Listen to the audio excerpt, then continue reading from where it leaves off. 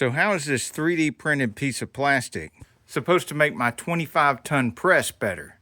Well, it has to do with this difficult to deal with and irritating valve.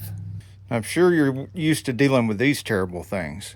But lots of guys with home 3D printers are 3D printing things like this and selling them on Amazon and eBay. But the hole was too small in every one that I could buy for this shaft right here. So grab this drill bit right here, which is the same size as that shaft. Put them both in my little cheap Harbor Freight drill press, which this is one of the older Harbor Freight ones, and the head moves around a little bit. For tasks like this, it's fine. And I drilled that out a little bit bigger.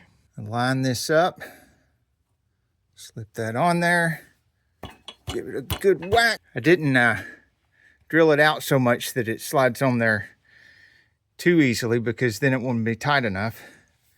And voila, look how much easier that is. Yeah, there we go. Insanely cool cars, tool reviews, and auto repair videos.